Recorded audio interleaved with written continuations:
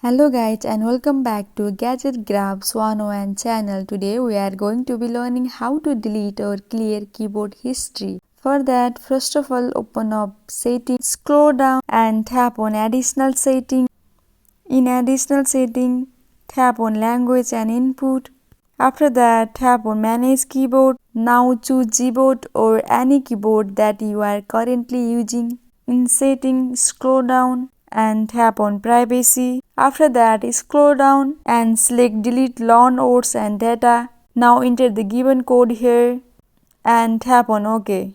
This is the first and easy way to clear or remove keyboard history. Now if you want to learn another way to remove history, predicts or any other sorted data, then you need to open setting, scroll down and tap on apps. After that, tap on manage apps. In manage apps, look for Gboard or any keyboard that you are currently using. After that, clear data and tap on clear all data. Now you are all set and you successfully deleted all the data or history from your keyboard. That's it guys. I hope this video was helpful for you. Please like and subscribe the channel and also don't forget to press the bell icon. Thank you.